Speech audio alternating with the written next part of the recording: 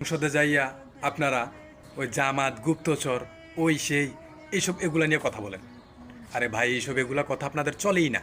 বিশেষ করে আমাদের ভোলা জেলার এমপিরা, আমাদের পুরা ভোলা জেলার দ্বীপটা যে ভেঙে যাচ্ছে চতুর্দিক দিয়ে, আপনারা কিভাবে আমাদের ভোলা জেলা ভাঙনটারে আটকাবেন সেগুলো নিয়ে আপনারা কথা বলেন। বিশেষ করে আপনার শিবপুর দিয়ে, আমাদের চরপাতা দিয়ে নদী ভেঙে যাচ্ছে।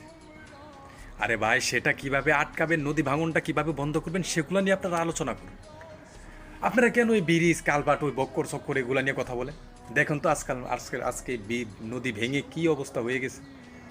এই নদী যদি ভেঙে যায়, এই নদী এই চর অঞ্চল যদি ভেঙে যায়, আমাদের ভোলা জেলা যদি ভেঙে যায়, তাহলে এত মানুষ থাকবো কই? এত লক্ষ লক্ষ হাজার হাজার মানুষ থাকবো কই? আপনারা সংসদে যে ওই ব্রিজ কালভার্টের কথা বক্কর চক্করের না কয়ে বালসলের কথা না বইলা আপনারা আগে ওই নদী ভাঙন, এই চর ভাঙন কীভাবে আপনারা আটকাবেন সেটা নিয়ে আগে আলোচনা করুন।